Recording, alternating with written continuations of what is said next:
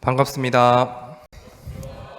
네, 원광대학교 원불교학과 4학년 주시안입니다. 제가 오늘 할 공부담의 주제는 참 나를 향한 나의 서원입니다. 먼저 공부담을 하기에 앞서 스승님들과 제가 교도님들 앞에서 공부담을 할 수 있게 해주심에 감사드립니다. 제가 6년 전 여기 있는 세도방 교우님들과 같이 이 자리에서 출가 감상담을 했었습니다. 그때 견성하겠다고 이 단상에서 말씀드렸던 기억이 있는데 저는 그 말을 지키지 못했습니다. 작년 한 해 저에게 많은 일들이 있었습니다. 여러 일들이 있었지만 가장 큰 것은 타인에 대한 잘하고 못하는 것에 대한 시비였습니다. 이러한 수십 번의 경계가 쌓여 결국 작년 말에 터지고 말았습니다. 종법사님께서는 작년 출가식 때 교단품 7장 말씀을 인가하여 본문을 해주셨습니다.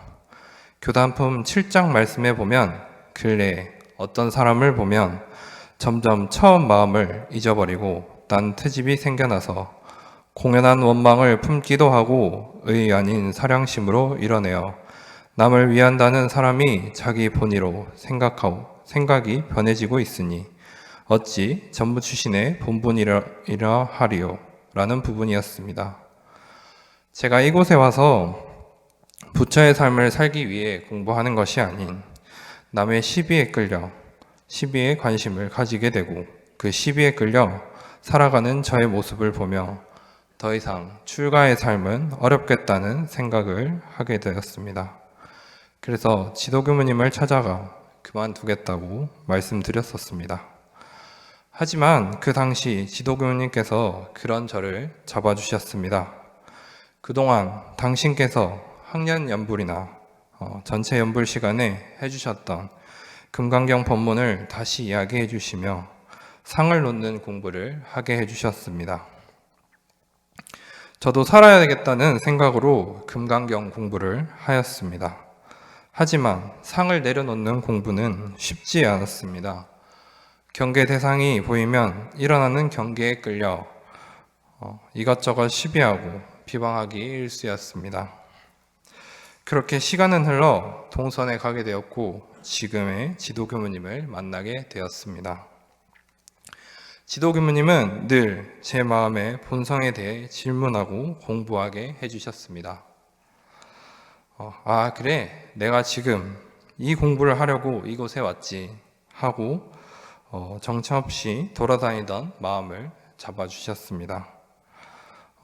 지금껏 저는 참 나를 알려 공부하지 않았었습니다.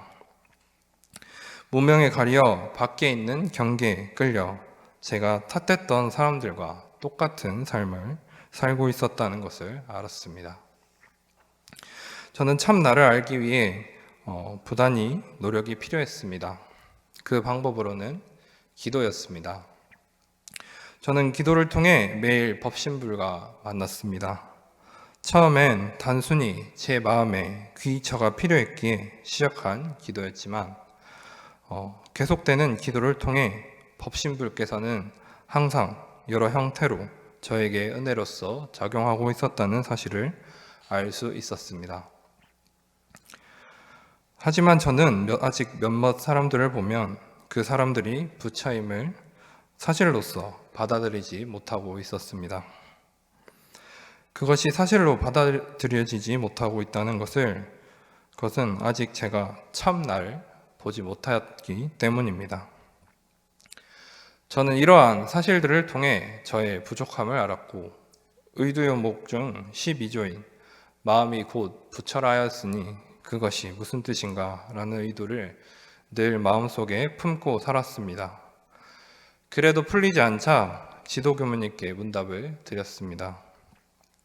그러니 교무님께서 그러면 히틀러도 부처냐? 라는 질문을 하셨습니다.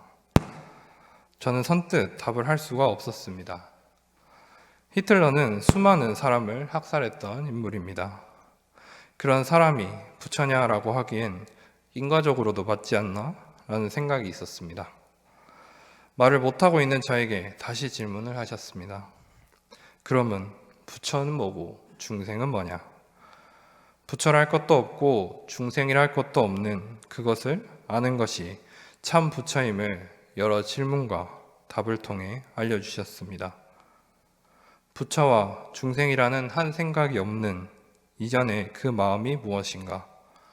지도교무님께서는 그 자리를 강조해 주시며 공부하게 해주셨습니다. 또한 기도를 통해 법신불과 만나는 시간을 가지며 본래 그 마음을 알고 지키려 애썼습니다. 그리고 이번 가정교화 실습식 기간에 간사 지도교무님이 계신 대구교당에 다녀왔습니다. 가서 교감님께 그간 저의 일에 대해 문답을 드렸습니다. 교감님께서는 내가 처음 출가 서원을 했을 때 그 마음과 휴학 후 다시 이곳에 돌아와 살겠다는 그 마음을 다시 반조하고 챙겨야 한다고 말씀해 주셨습니다. 저는 스승님들께 지도를 받으며 참 나에 대해 공부하고 서원을 다질 수 있었습니다. 그러고 있는 저에게 최근 다시 한번 진리의 시험을 받았습니다. 그것은 바로 논문 발표였습니다. 논문 발표를 위해 열심히 준비를 하였지만 결과는 처참했습니다. 나름 교수님의 지도 방향에 맞추어 잘 썼다고 생각했지만 심사 결과는 아니었습니다.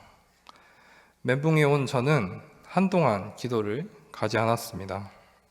그러니 어떻게 그 사실을 아셨는지 지도교무님께서 저를 부르셔서 기도하고 있냐? 라고 물어보셨습니다. 저는 솔직하게 논문 발표 하고 있지 않다고 말씀드렸습니다. 그러니 교무님께서 그럴 때일수록 더욱 기도를 해야 하지 않겠냐고 하셨습니다. 정전 심고와 기도장에 대해 말씀해 주시며 정신 차리지 못한 저를 다시 일깨워 주셨습니다. 돌아보면 저는 참 많은 인연복을 타고난 것 같습니다. 힘들고 괴로울 때마다 도와주시는 스승님들과 부모님 그리고 동지 도반들을 생각해 보면 늘 저를 진급시켜주기 위해 작용하고 있었습니다. 종법사님과 스승님들 그리고 현장에 저희를 위해 기도해 주시는 모든 교무님들의 은혜 속에 살고 있음을 생각하며 감사한 마음으로 공부하겠습니다. 감사합니다.